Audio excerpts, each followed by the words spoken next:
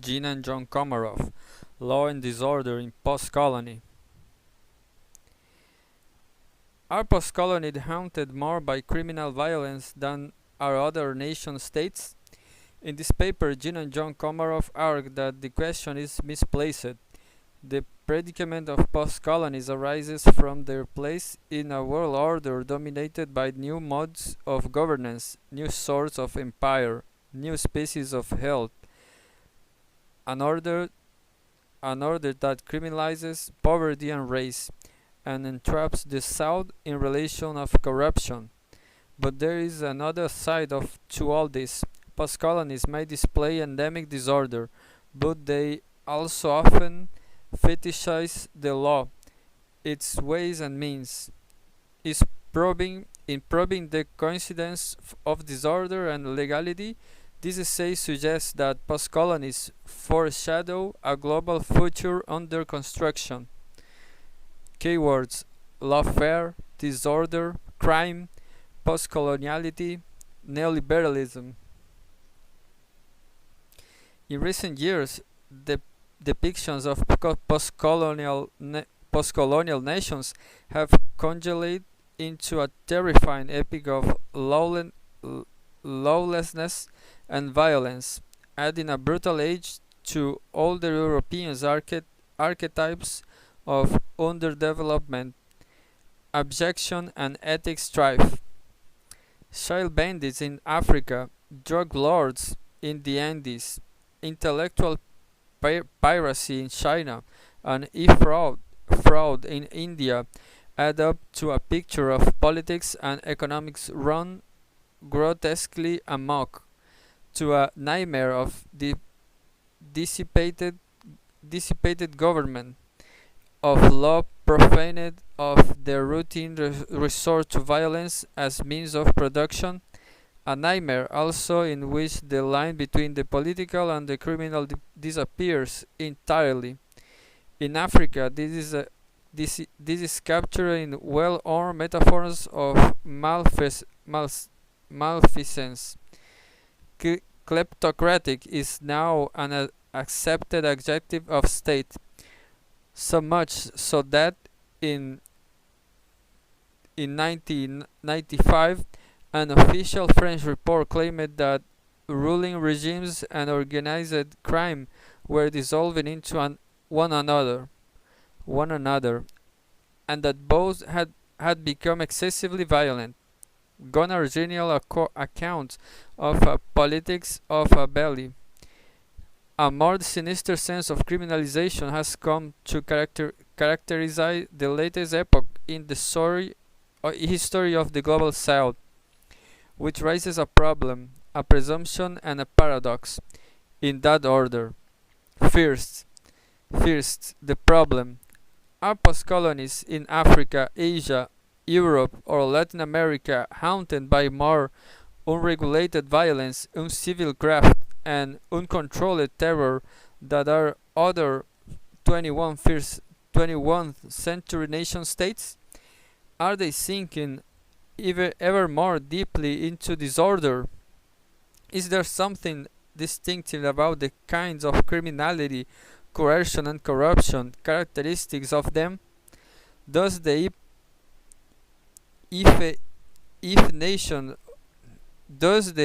hive nation on which they erected this articulation and its between the post and coloniality refers to an epoch transition and rebellion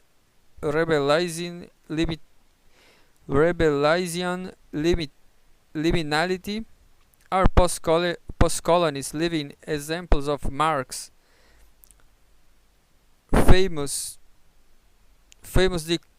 dictum that violence is the main wife of every old society pregnant with a new one? Indeed, of all changes in history and politics, or is there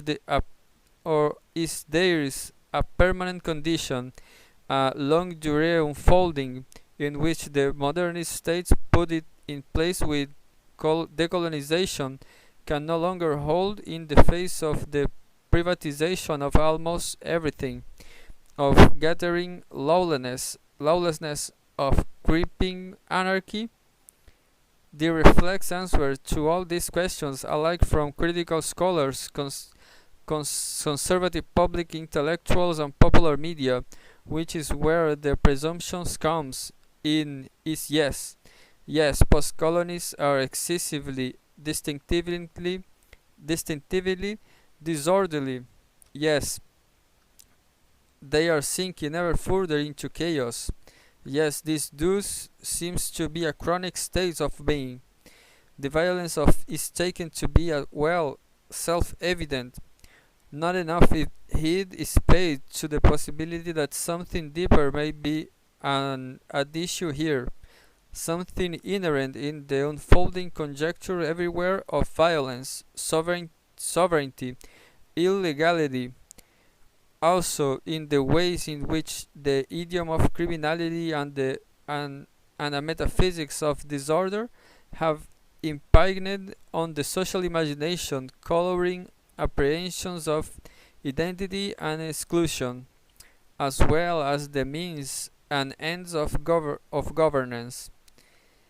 At the same time, and here is where the paradox appears to lie, many post-colonies make a fetish of the law, of its ways and means, even where those ways and means are mocked, mimicked, suspended, or sequestered. They are often central to all everyday life of authority and citizenship, to the interactions of states and subjects, to the enactments, displacements, and seizures of power. New constitutions are repeatedly written, appeals to rights repeatedly made, procedural democracies repeatedly reinvented, claims of inequity repeatedly litigated, and repeatedly governments group of various compositions as conditions of inherent go to the judiciary to settle differences. As we shall see, even the past is re-erged before bewigged judges, often in the tortured language of torts.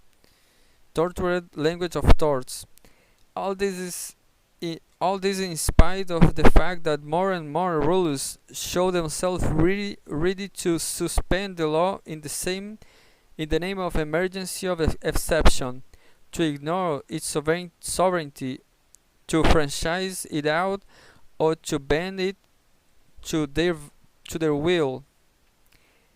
How do we make sense of all this? Of, on the one hand, the excessive disorderliness of post-colonies, real or imaginated, and on the other, the fetishism of the law. It is really a paradox, or just different aspects of one phenomenon?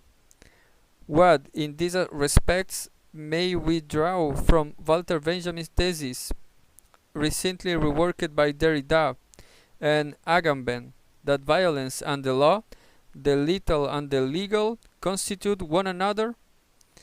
Let us begin, though, with an excursion into the ostensible hair of darkness, there to examine its implosive interiors. Speaking of African post-colonies, Achille Bembe argues that in all the fuss about the criminalization of the state, something more significant goes unmarked: the rise of private indirect government, a caricature of liberalization in which older norms of patronage and clientelist redistribution fragment as sovereignty diffuses into privatized forms of power and accumulation, power rooted in a brute control over life and death.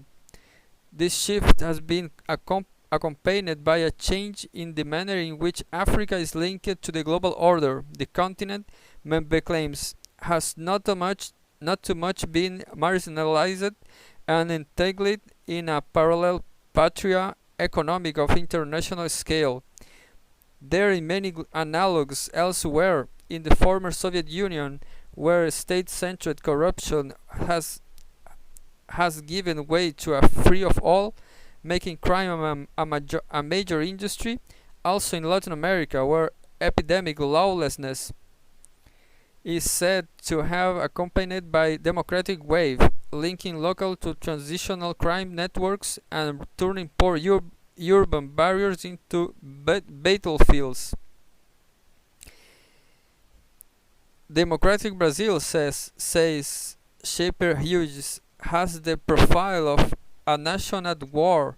Criminality with violence, it seems, has become endemic to the post-colonial condition. The characterization of private indirect government resonates well with the popular pessimism about malaise and mayhem that bedevils ex-colonies. Here Africa retained pole position, having been excised from the map of global futures by such print media as The Economist, and by the daily green of televisual reportage. This has provoked the counter-argument that conditions of the continent are less apocalyptic than they are usually made out to be, less exceptional by planetary standards, more business as usual, and good business at that. A recent World Bank report shows that foreign direct investment south of the Sahara yielded in highest returns in the world in 2002. Indeed, a new scramble for Africa is discernible among the nation states of North in pursuit of diamonds, oil, coltan. These neo-colonial quests, which reap huge returns at the intersections of outsources and outlaw economies, blur the line between profits and plunder. They also interfere with the indigenous production of wealth, recruiting local brokers, even warlords, to facilitate their enterprises, often by illicit means.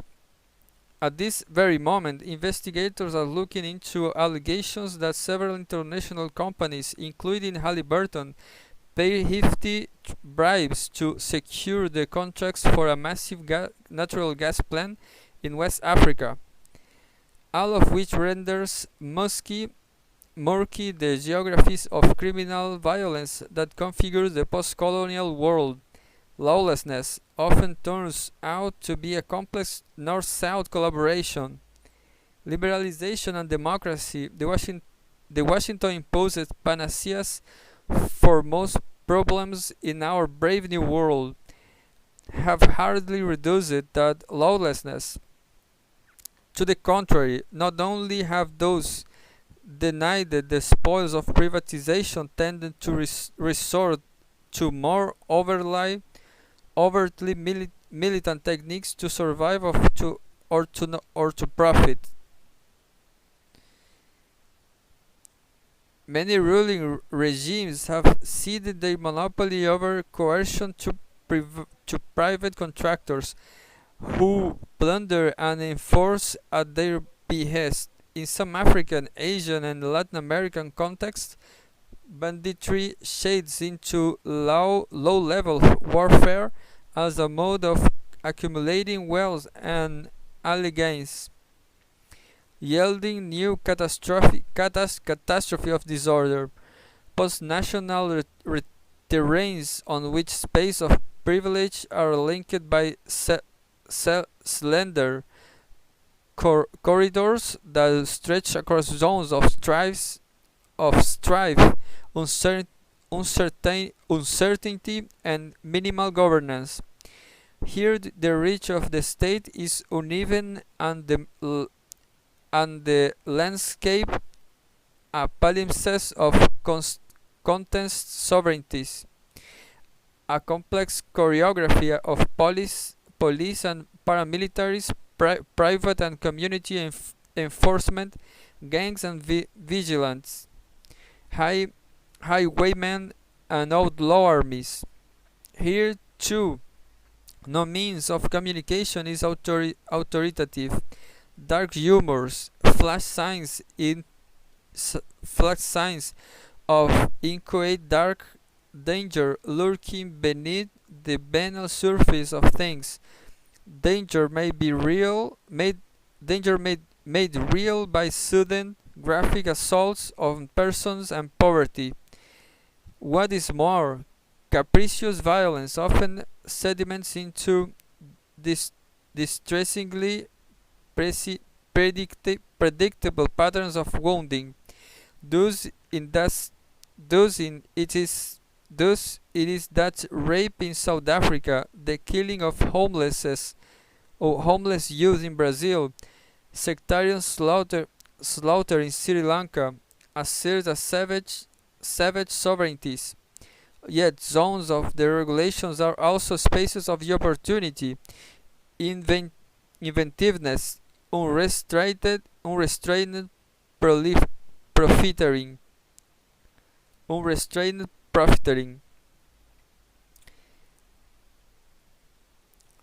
Patently, deregulation and democratization have not eliminated older styles oligarchies. They have merely altered the resources and rhetoric at their command. Kleptocrats may no longer profit from Cold War geostrategic anxieties, but they do well out of donor aid and no question asked global commerce, especially commerce with the European corporate bandits who tied post-colonial graft to the scramble for tropical spoils. The very qualities that disadvantage post-colonies is the business world, the fact that their colonial past ensured them small bourgeois sectors, low levels of formal skills, and economies founded on extractions, equipped they nicely for the swelling markets fostered by liberalization. Thus, in the face of the subsidies and tariffs that have fueled agribusiness, many seed-lined producers find competitive age in contraband cultivation. Violent enterprises flourished, for example, where poppies and coca grow, or yellow cake or blow diamonds are extracted, and wherever cultivated states for the exotic and the illicit yield niche markets is endangered spices and protected persons and things, be, be they antiquities or bushmeat, body parts of babies, sex workers, or mail order bribes. Dwelling economies are expanding their service sectors as well. Here too post-colonials find work when conventional jobs are few. The most obvious employment is in this sphere perhaps is conveying contraband. Thus it is that ex enterprises like Togo, Gambia, Benin and Somalia have morphed into smuggling states. But the digital revolution has also opened up new opportunities at the insertion between the illicit and the illicit. While many global southerners lack the means to navigate the fast lanes of the knowledge economy, increasing numbers have found profitable niches by making virtue of their marginality. A dramatic increase in the outsourcing of Western IT services and telemarketing to India, for instance, is evidence of this. Expanding too in the business is cybercrime and data thief that feeds off the dispersal of private information and the means of manufacturing objects and identities of all kinds.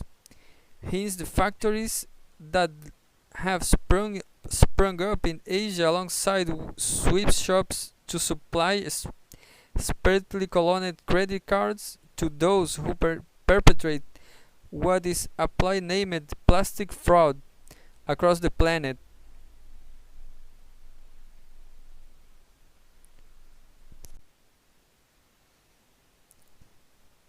The former Third World, it appears, has concerned the market in the manufacture of fakes of every conceivable kind, not least of counterfeit credentials, Fox IDs, and other forms of would-be official tender. This is no surprise in an age in which profit rests ever more on the ability to control the long-distance migration of people and things. The interests of capital often run ahead of those of nation-states, which must devise cumbersome means of governing at a distance by regulating the plastic and paper personage of their subjects. Where aspiration, even survival, depends on the ability to move, which despite the capacity to produce the accoutrements to mobile citizenship have increasingly been appropriated by criminal phantom states, to use Derrida's phrase, by those who mimic the forms of bureaucratic authority.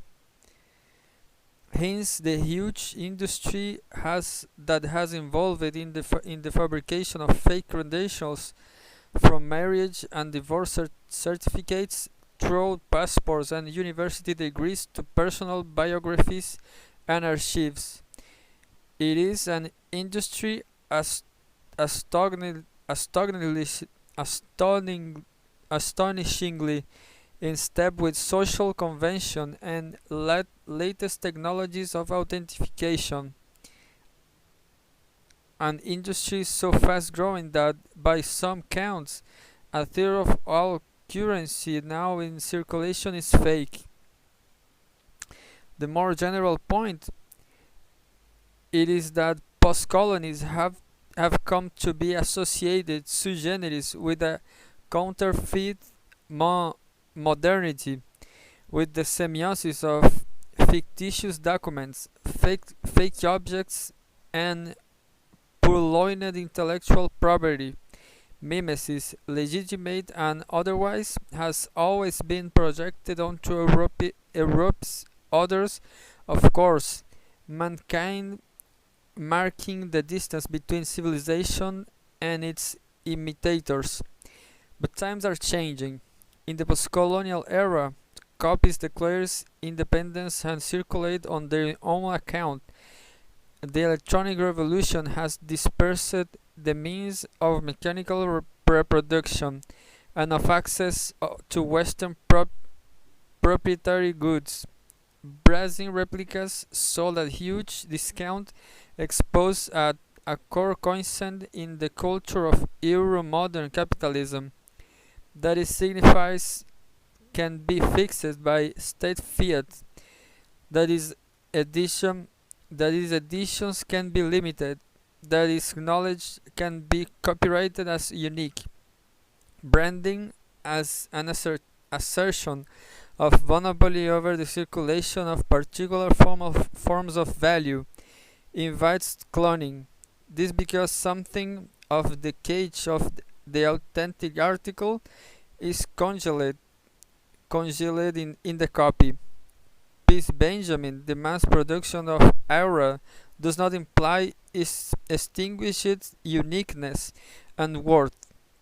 Thus recent internet ads from Malaysia offer high quality Rolexes complete with logos at 40% the cost of the unlicensed imitations, or the idea common in South Africa and Asia of the genuine fake that ironically underscores its own distinctions and value by reinforcing that of the original. To be sure, the ingenuity with which quality counterfeits are fabricated has made them into an aesthetic form and the object of regular commerce for those who fashion and costume them. Producers of false commodities to not pretend that their goods are real. They take hold of the mystic of a first world label and commandeer the means of its replication. For Africans or Asian teenagers, the quality fake fills a gap between global desires and immediate capacities. That is, a word here is less a defiance of authority than the discovery of innovative ways of assessing and dispersing value. The enterprise that drives this kind of counterfeit recalls an observation made of Africa by Beatrice Wibow. Endemic fakery there, she says, is less a product of an inherent propensity for crime than evidence of the creative possibilities of games of change, of a culture of deception. This is epitomized by the notorious Nigerian itself, a post-colonial pastiche based on the American Francis Drake scam of the 30s. As everyone knows, the ruse as is initiated by a letter that offers Western investors huge profits for allowing their bank's account to be used in the transfer abroad of otherwise invisible funds, often the states of an adventure like Jonas Savimbi or Laurent Kabila. In its invocation of notorious dictators, ill-gotten gains, and the secret movements of money. The evokes exploitation, common European stereotypes of African corruption, but it also takes the moral high ground. A bogus Nelson Mandela Foundation recently solicited docs.com donation for indigents payable at the Capriot Bank, named for a Nigerian anti-fraud statute with origins in British colonial penal code, has come to refer to any expropriation by trickery. It is held to be tied to oil and narcotics in yielding foreign currency for its country of origin. Such cultures of scamming are not only directed outward, they pervade the Nigerian social fabric, capitalizing on a crisis of value, especially discernible in post-colonies that have suffered hyperinflation, drastic currency devaluations, and excessive violence. In dissolving receiver relations between signifiers and the value they detonate, like that between banknotes and negotiable money, these convulsions outsettle accepted indices of truth, opening us space of mystery and magic wearing con men, witches, Satan, and Pentecostal prophets, all ply their trade. Under such conditions, signs take on an uncanny life of their own, appearing capable of generating great riches. There is little practical difference here between real and false currency, nor is there any limit to forgery, which beats more forgery in an infinite regress. Indeed, crime itself is now a frequent object of criminal mimesis. Counterfeit kidnappings, hijacked houses, and bogus burglaries are everywhere an expanding source of profit, to the extent that in parts of South Africa special police units exist to deal with them. Once an economics of dirty tricks takes hold, the line between the forget and the far-fetched becomes even murkier. the fetish and the fake finally fade into one another. Thus, to return to Nigeria, fakery this has come to saturate the state itself, yielding a politics of illusion that has erected an edifice of simulated government, sham censuses and development schemes, even fictitious elections. Bogus bureaucracy, in fact, has suffered as a pervasive theme in post-colonial politics. Thus, William Reno speaks of the shadow states in Sierra Leone, where the real politic of thug profiteering occurs behind a facade of formal administrative respectability. Not only Sierra Leone, the image of the shadow, in which the official becomes the counterfeit predation, the reality, is beginning to saturate accounts of Africa's political economy. It speaks of a doubling of the existence of parallel worlds of clandestine rule, irregular soldiers, and occult economies that, that revive a long-standing image of the Dark Continent. But shadows, as James Ferguson reminds us, are less dim copies than likenesses, others who are also selves. After all, as Phillips Abrahams, Ralph Miliband, and others have long insisted, the Western European state may itself be as much chimera as a reality. Once again, there is another, more general point to be made here. The resonance between the shadow and the fake also captures something of the effects of neoliberal deregulation on governance, something evident worldwide but most marked in post-colonies. The counterpoint between the outsourcing of the state and the seizing of sovereignty, not least in the realm of policing and warfare. Government, as it dispersed itself, become less an ensemble of bureaucracy institution, more a licensing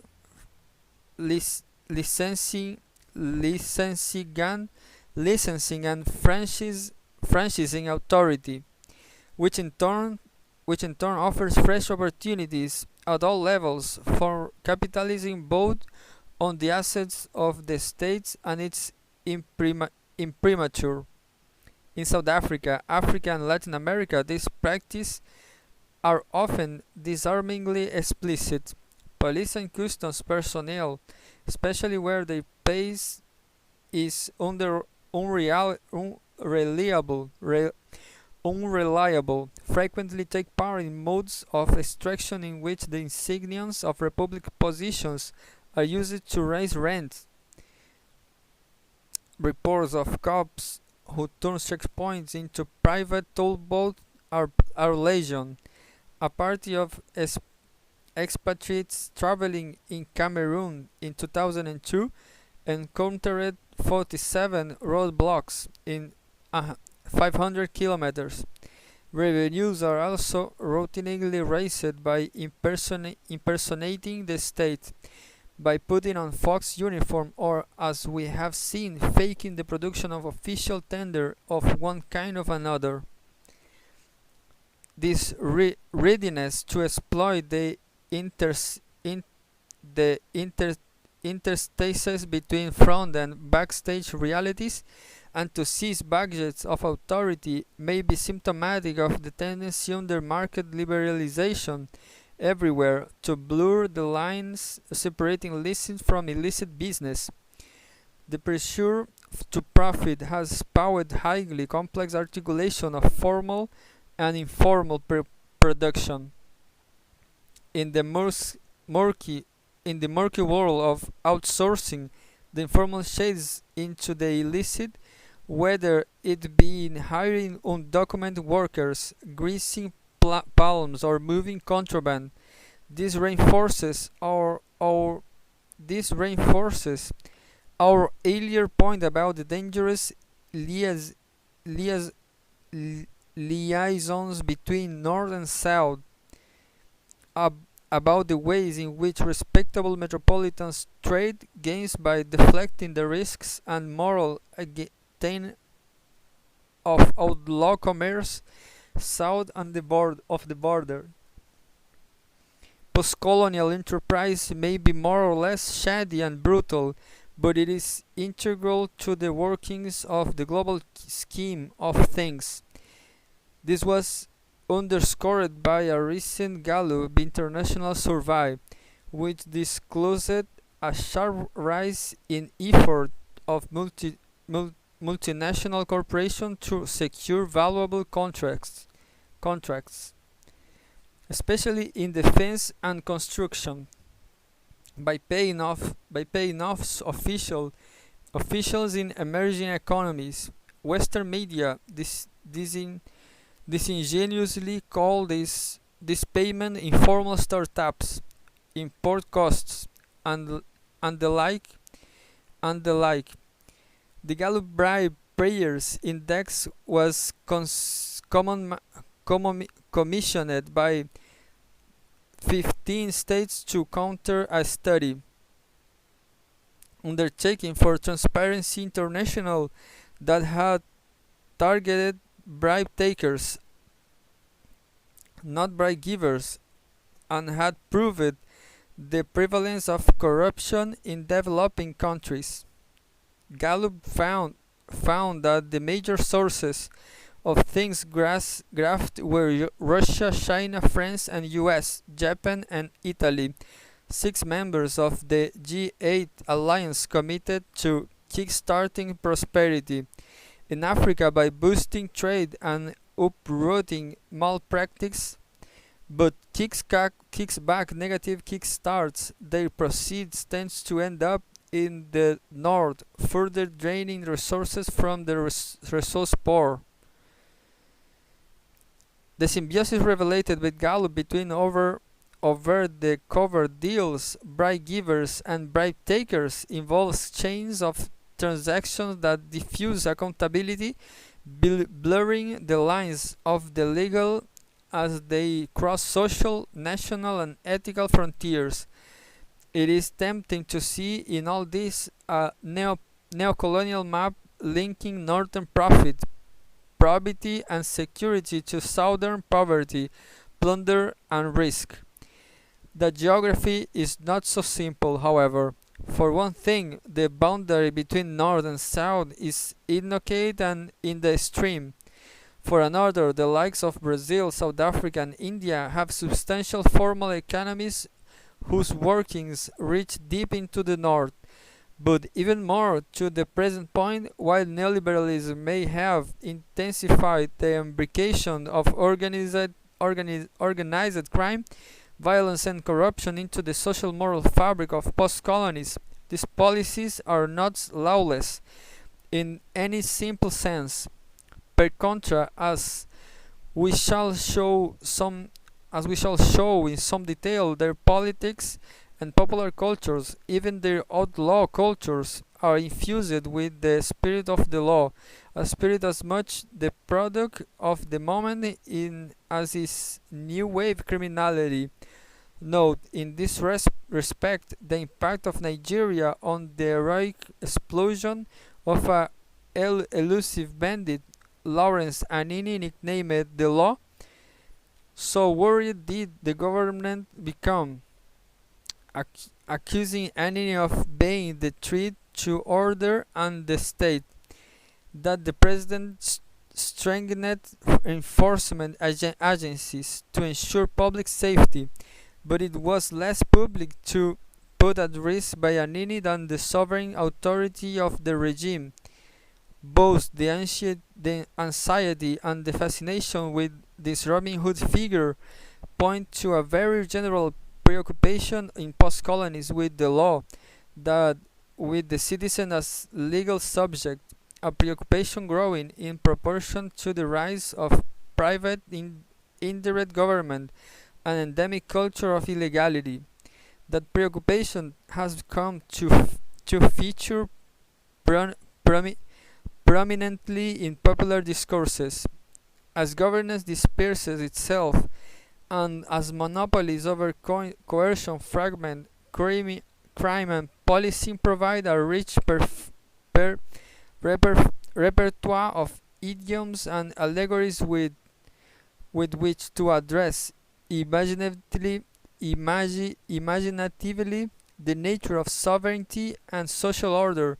Thus, the action movies of Hollywood, Nigeria's enormous film industry, in which forces of justice just without laws, but humans and supernatural, or the transnationality appealing Hong Kong gangster genre, or TV theaters in South Africa in which fictional detectives apprehend felons on the loose in real life, dramatizing and other than remains fragile by day. Compromised rulers to under pressure to act authoritatively, state police dramas in which they are seized to crack down on mystic felons, thereby to enact a very possibility of governance in the face of rampant lawlessness. Komarov and Komarov. It's nothing else. Mass media delivers their publics again and again, from the primal confusion between law and lawlessness, a distinction on which the very possibility of society itself is founded. But does that confusion really exist? Why? Why has a preoccupation with legalities come to infuse post-colonial life and its mass-mediated representation? Could it simply be a rational response to unprecedented levels of violence? And is the problem of law and disorder particular to post-colonies?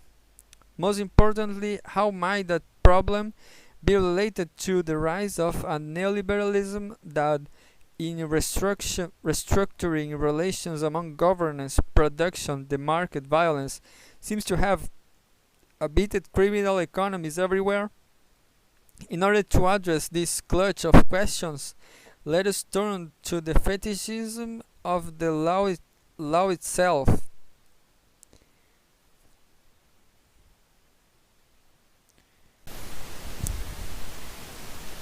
The fetishism of the law. The modern nation state has always been erected of a scaffolding of legalities. Not only the modernist nation state. In classical Greece, Hannah Arendt reminds us the laws were like a wall around the city. For Thomas Hobbes, whose spectral lovers close to the disorderly surface of the post-colony, laws were the walls of government. Since the downing of the wall that marked the end of the Cold War, law has been yet further fetishized, even as in most post-colonies, ever higher walls are built to protect the properties from lawlessness. The law, and we are not now referring to the Nigerian hood, has become the medium in which politics are played, in which conflicts are dealt with across otherwise incommensurable differences, in which the workings of the free markets are assured, in which social order is ostensibly erected. Striking in this regard is the number of new nations' constitutions written since 1789, most of them in post-colonies. 105, most of them in post-colonies. Also striking in the millennium beliefs in their capacity to conjecture up equitable, ethically founded policies. There are now 44 constitutional courts, many of which enjoy real authority. In India, the highest tribunal in the land became so powerful in the in the mid of 90s that by all accounts it was at the government. As Bruce Hackerman puts it, faith is faith in constitutions is sweeping the world, largely because their promulgations marks a radical breaks with the past, with its its nightmares, its torments. But even more salient that the sheer quantum of new constitution is a change in their content. This change, David Scheiderman argues, is owed to a global shift in constitutional design from a state capitalist to a neoliberal model, itself the product of a transformation in the relationship between the economics and politics of market capitalism. Thus, whereas the Constitution promulgated after World War II stressed parliamentary sovereignty, executive discretion, and bureaucratic authority, recent ones give primacy to civil and political rights and to the rule of law. Even as we said before, when both its spirits and its letters are violated, offended, distended, purloined, as in Togo, whose brutality authoritarian president Ayedema died suddenly in 2005. The army, which along with his clan had underpinned his power, replaced him with his son Fior. This was unconstitutional. The Speaker of Parliament ought to have taken over the elections called with 60 days. The generals could easily have taken that push. Instead, they insisted that the legislature amend the constitution to allow the son to become president, but the surrounding West African states demanded adherence to the old constitution so strongly that fear resigned, and a national ballot has held.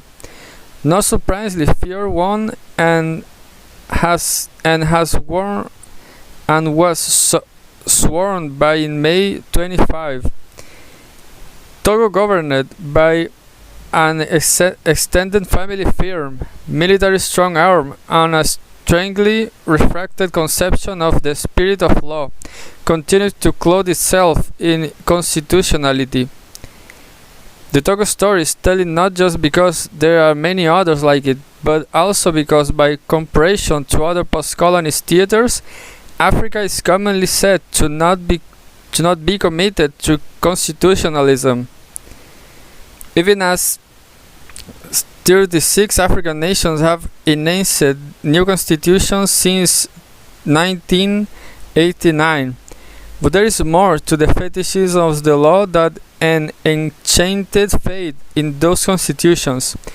A culture of legality seems to be infused in everyday life, becoming parcel of the metaphysics of disorder that haunts all post-colonies. The term itself, culture of legality, appears in a recent initiative of the Mexican state, being the cornerstone of its citizen education program. In like vein, a game invented in Sicily, meeting home of northern banditry, is called Legalopoly. Its aim to promote a culture of legality. Even the Vatican has gotten on the act. In 1998, Jubileum carried an essay entitled "A Strong Moral Conscience for a Culture of Legality." There has also been an explosion in the post-colonial world of law-oriented NGOs, the civilizing missions of the new century. These NGOs actively encourage citizens to deal with their problems by legal means. In the upshot, people, even those who break the law, appears to be more ever more litigious. In South Africa, a plumber recently convicted of drunk driving sued the Department of Justice for imprisoning him, claiming that by rights he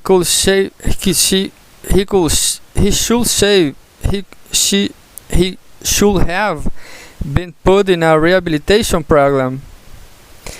And well-known alumni of the liberation struggle, members of the Umkhonto Sways Veterans Associations, took to fighting in court in 2005 over the investment of the organization. In time past, this conflict among the ANC elect will have been engaged by conventional political means, not by using the law as weapons of combat, but then in times past, Umkhonto Sways would not have been truly neoliberal organization as much an investment company for its members as a commons for its guerrillas.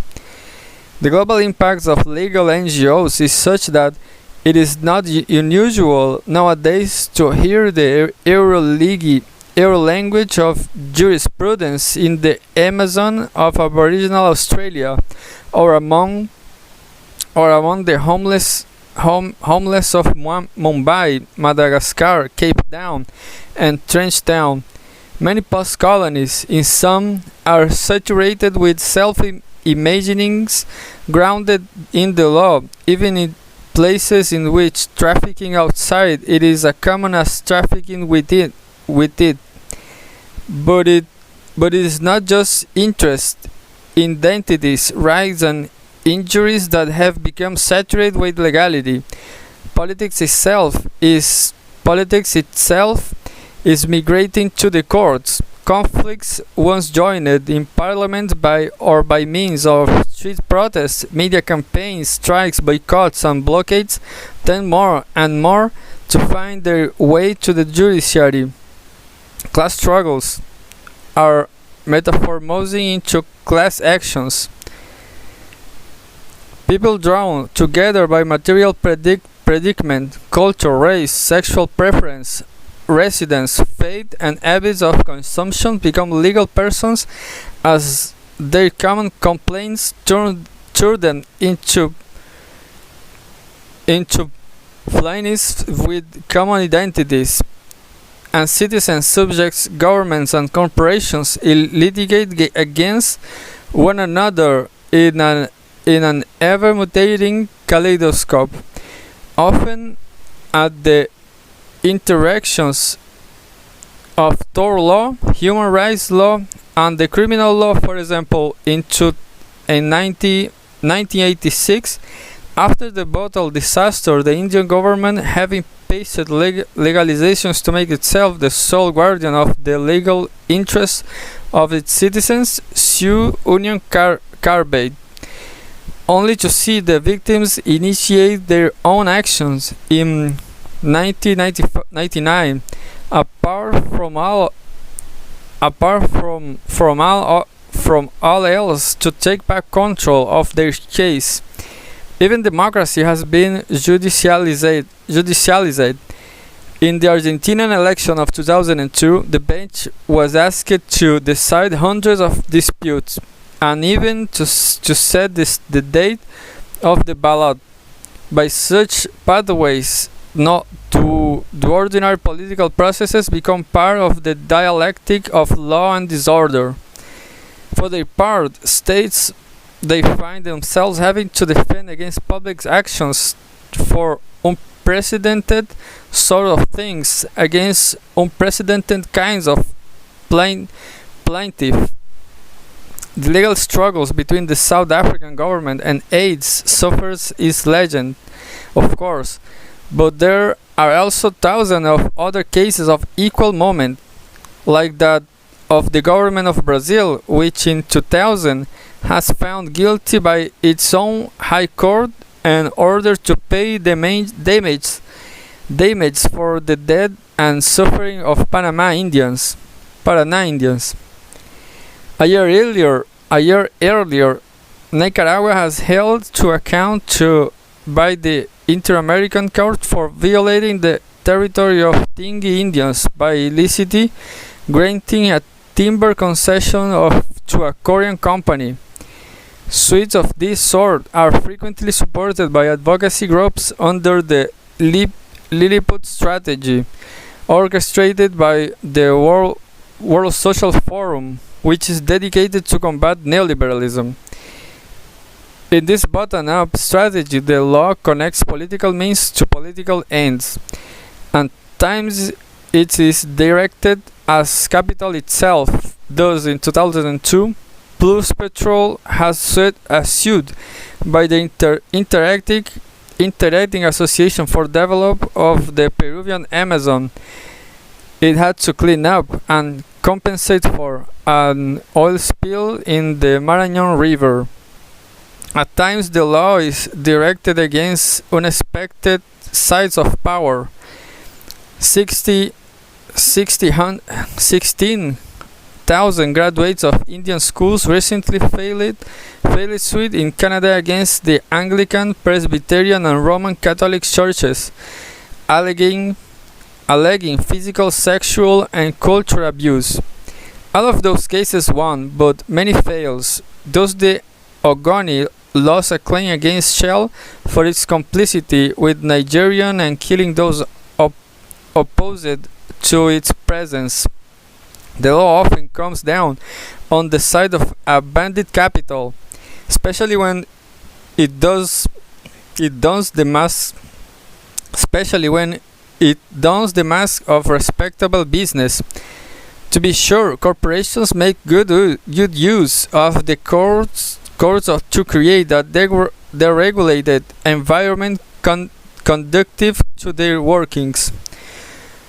Not it is just the politics of the present that are being socialized.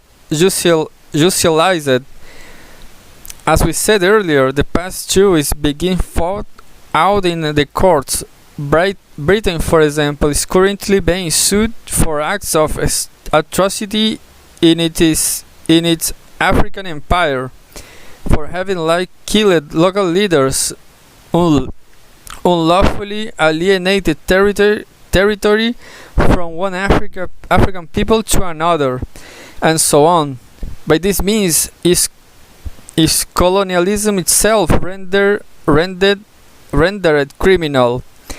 Hauled before a judge, history is made to submit to the scale of justice at the behest of those who suffer it, and to be reduced to a cash equivalent payable as the official tenders to damage dispossession, loss, trauma.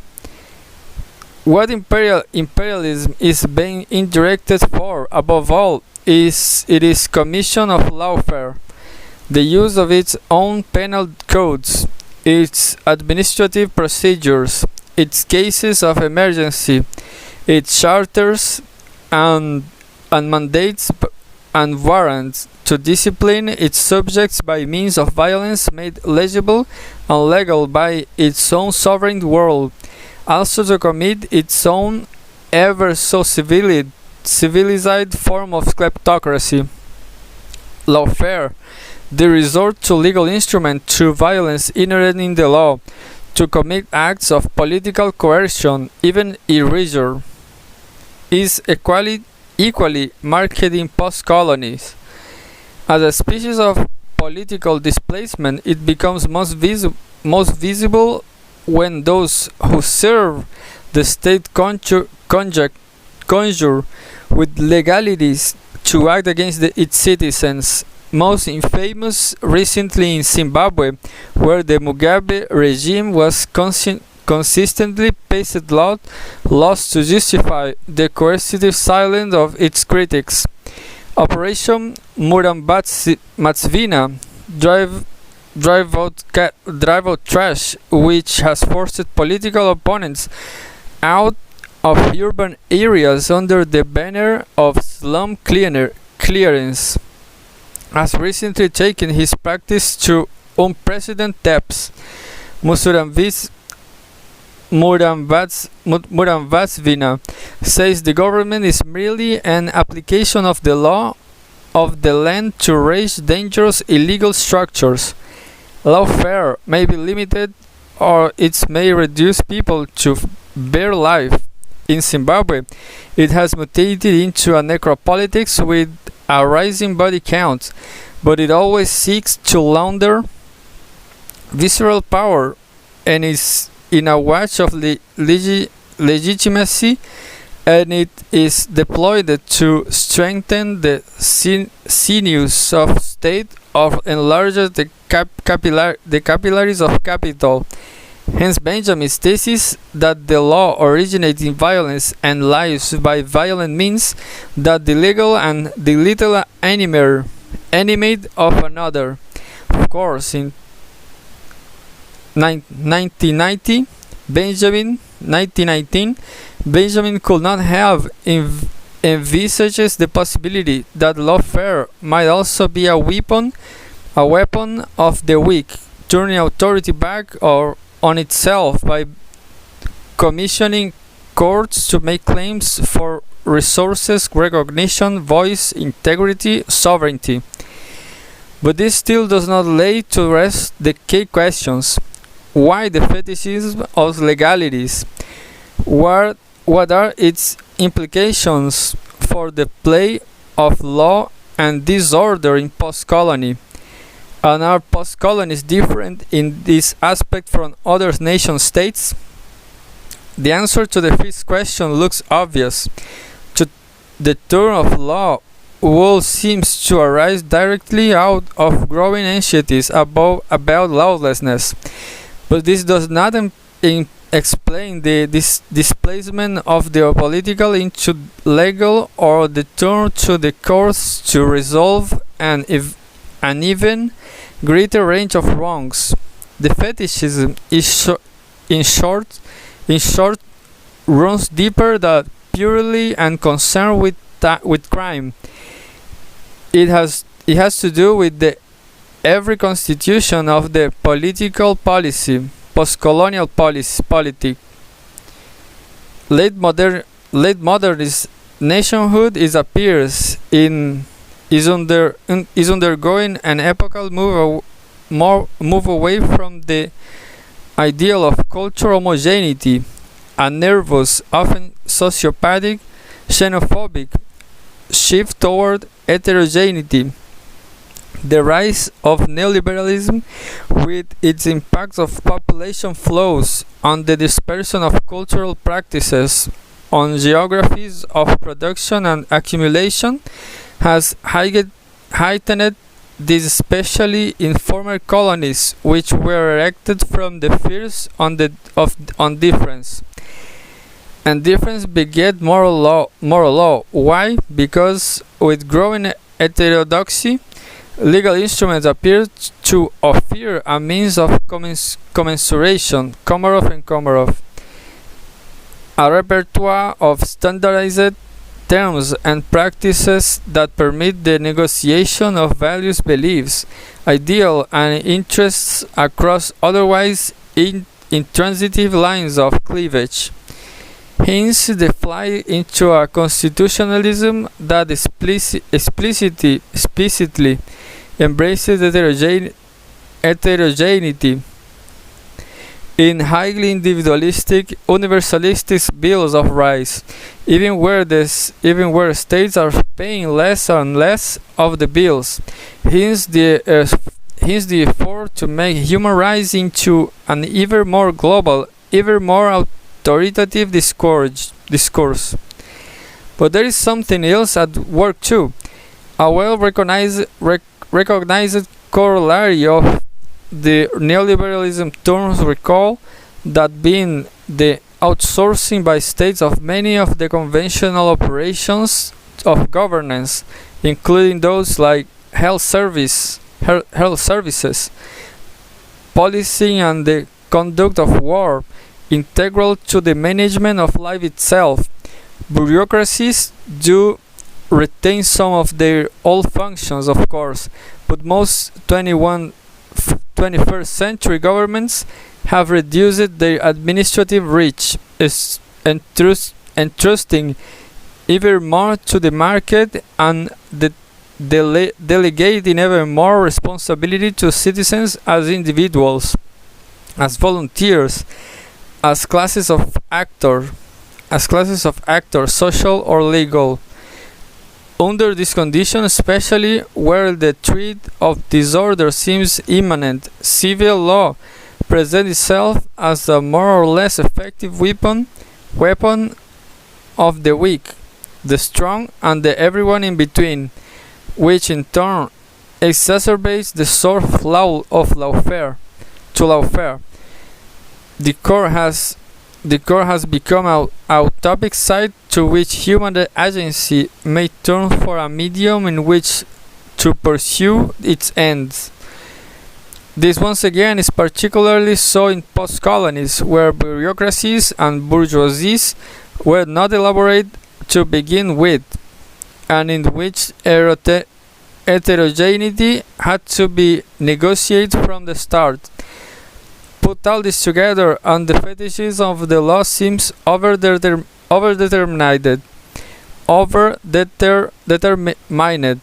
not only in public life becoming more legalistic, but so in regulating their own affairs and in dealing with others are communities within the nation state, cultural communities, religious communities, corporate communities, residential communities, communities of interests, even outlaw communities.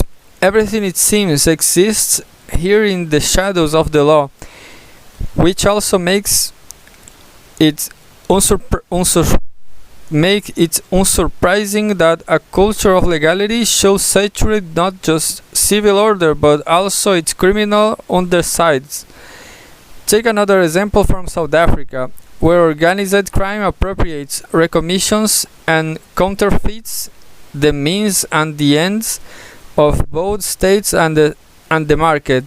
The gangs of the Cape Flat in Cape Town mimic the business world, having become a lumpen standing from those excluded from the national economy.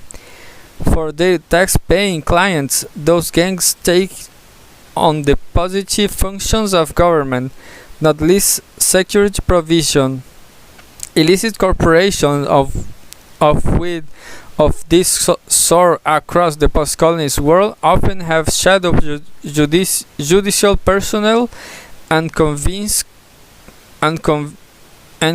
courts to try offenders against the persons, property, and social order over which they exert sovereignty. They also provide the policing that the state either has stopped supplying or has outsourced the private sector. Some have constitutions, a few are even structured and franchise, and significantly are said to offer alternative citizenship to their members. Charles Steele once suggested famously that modern state operates much like organized crimes. These days, organized crimes is operating even more like states.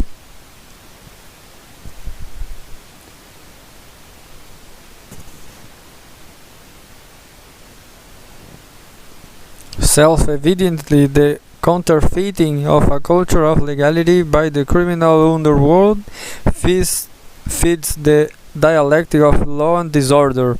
After all, once government outsourced its policing service and franchise force, and once outlaw organizations shadowed the state by providing protection and dispensing justice, social order itself becomes like a wall of mirrors. What is more, this dialectic has its own geography, a geography of discontinuous overlapping sovereignties. We say We said a moment ago that communities of all kinds have become ever more legalistic in regulating their affairs. It is often in the process of so doing, in fact, that they become communities at all. The act of judicialization being also an act of objectification. Herein lies their will to sovereignty, which we take to connote the exercise of autonomous control over the lives, deaths, and conditions of existence of those who fall within its purview, and the extension over them of the jurisdiction of some kind of law. Lawmaking, to cite Benjamin, yet again is power making, but power is the principle of all lawmaking.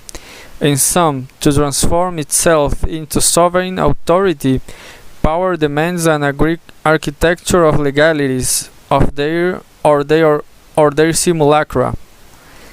Because of their stories, postcolonies tend to not apply to be organized under a single vertically integrated sovereignty sustained by an centralized state. Rather, they consist in an horizontal tapestry of partial sovereignties over terrains and their inhabitants, over people conjoined and faith or culture, over transactional spheres, regimes and property, and often combination of these things. Sovereignties, longer or short-lived, protected to a greater or lesser degree by violence, always incomplete. This is why so many post-colonial policies appears to composed of zones of civility joined of control. Those zones and corridors are, to return to Arendt and Hobbes, the wallet spaces of legality, mundo juralis, in the patchwork geography that makes human life habitable in a universe at once ordered and unruly. Postcolonies in perspective, which bring us finally to the big question: is the criminal violence archetypically attributed to postcolonies all that singular, and the fetishes of the law? What of the dialectic of law and disorder itself? There is a plenty of evidence that the countries of Africa, for example, are not that different from any Russia. From, say, Russia. In 1999, the Economist anointed that country, not Nigeria or Togo or the Congo, the world's leading kleptocracy. The Russian underworld controls 40% of the economy. 78% of all enterprises regularly paid bribes. State personnel are constantly on the take. Thugs mimic the police. Organized crime increasingly advanced in its business practices, preys on the private sector, and when the state will not enforce the law or provide services, offer those services at a price. At the same time, the structures and values of legality are in place. Even the most corrupt politicians paid little service to them. Sounds familiar? If Russia seems too easy, consider Germany, often vaunted at the epitome of corporate respectability. Germany has been rocked recently by revelation of the virus of corruption, not only in the business world but everywhere. Echoes here of epidemic corporate malpractice in the USA, where the Enron affair brought to light the financial fakery and the dark herd of counterfeit capitalism. This is not to suggest that Russia is just like Rwanda or Germany like Guatemala, but it does point to the fact that across the planet, and often in unlikely places, Sweden, Holland, Japan, England, Canada, there is growing anxiety over rising crime, violence, and disorder. Nor is it groundless. John Gray and others have argued that the downside of neoliberalism is an escalation in global lawlessness. This being due to the retraction of the state, to opportunities of outlaw activity arising out of their regulation, to the growing market for the means of violence, to the criminalization of race, poverty, and counter-politics, all of which conduces to a widening populist impression that the line between order and disorder is very fine indeed, an impression given support by the US by the looting and shooting that followed Hurricane Katrina, much of it by victims left resourceless, unsaved, and unsurvived by the regime whose president's first reaction was to urge the poor to take responsibility. Having little alternative, many of them did. They also took a few other things, of course. The mass-mediated scenes left Americans incredulous, confessing that what came to mind was Africa. The USA that come face to face with the reality that it too looks more than a little post-colonial, that was its own South, a racialized South of the poor, excluded, criminalized. But might this not be an exceptional event? Of John Gray correct? Is John Gray correct? Is there more lawlessness everywhere? British Home Office statistics support him. Barclay and Tavares, both property and crimes of violence didn't rise sharply across the world between 1997 and 2001. What is more, in the United Nations total of all record crimes for 2000, the 10 leaders were New Zealand, Dominica, Finland, England, and Wales, Denmark, Chile, USA, Holland, Canada, and South Africa.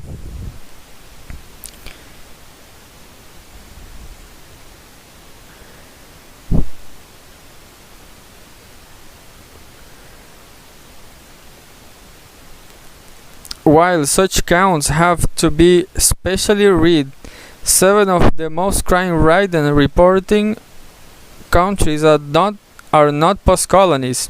Organized crime is also reaching ever deeper into the global north, consolidating its spectral forms of governance in the image of the law, and doing profitable business with respectable corporations and political cadres. Those corporations and political cadres are no less prone to questionable practices than are their post-colonial counterparts, though they may be better at diffusing them in technicists or legitimizing jargon. It is hardly news that the first election of George Bush was decided by lawfare, or that the subsequent conduct of government to the benefit of his close associates that legalized by sovereignty, fiat, and by counterfeit precisely what is doubted corrupt elsewhere.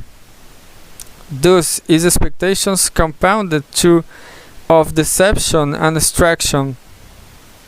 Similarly, in Europe, As David Hall notes, recent years have seen politicians convicted of corruption in Austria, Belgium, France, Germany, Italy, Spain, and the UK. Bribery is so routine that UK companies employ agents to recover pays off that fail to produce results. Here too, licit and illicit business are difficult to tell apart. Here too, they bleed into each other, sometimes literally. In the final analysis, it is impossible to know whether or not there is as much lawlessness in the north as there in the south. Apart from all else, official statistics of corruption often hide as much as they disclose. And many things taken to be graphed in post-colonies, they, like massive contributions to politicians, are lawful in the north, where they are covered by the chaste clothing of an accountancy culture. But what is clear is that many of the kleptocratic practices stereotypically associated with post-colonies are as discernible in the global north, albeit living under all as respectable alias. These similarities hold true for the other side of the dialectic of law and order, the culture of legality. Not only is the non-post-colonial world more litigious than ever, but the judicialization of politics is proceeding apace everywhere. In the north, where the centralization of state authority has a longer history, a single vertically integrated sovereignty may still continue to hold, preventing the sedimentation of patchwork sovereignties except in criminal enclaves over which policing has little purchase. Yet the purchase toward sovereign fragmentation, as Russia knows from Chechnya and England from the Gallic fringe, is growing fast, not least at the behest of ethno-nationalist movements and other forces that seek autonomy in a deregulated universe. In sum, the similarities between the post-colony and the world beyond are unmistakable and growing. The global north is evolving toward Africa. Everywhere, criminal violence has become an as imaginative vehicle, a hieroglyph for thinking about the nightmares that threaten the nation.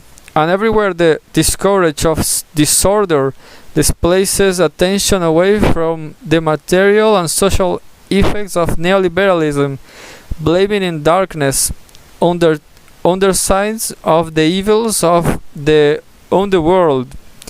The differences are also palpable, of course. There is no question, for all the reasons we have given, that the dialectic of law and disorder appears inflated in the global south, but we will argue that the post-colony is a hyper-extension of the history of the contemporary world at large, running slightly ahead of itself. It is the so-called margin, after all, that often experience tectonic shift in the order of things first, most visible, most horrifically, and most energically, creatively, ambiguously. Nor are we speaking here of transition, of passing phase in the life and times of the post-colony. This is history in the making, which is why post-colonies have become such a crucial site for theories construction in social science, to the extent that they are foreshadowings of a planetary future of the rising neoliberal age. At its most assertive, these policies are also where the limits of social knowledge demands to be engaged.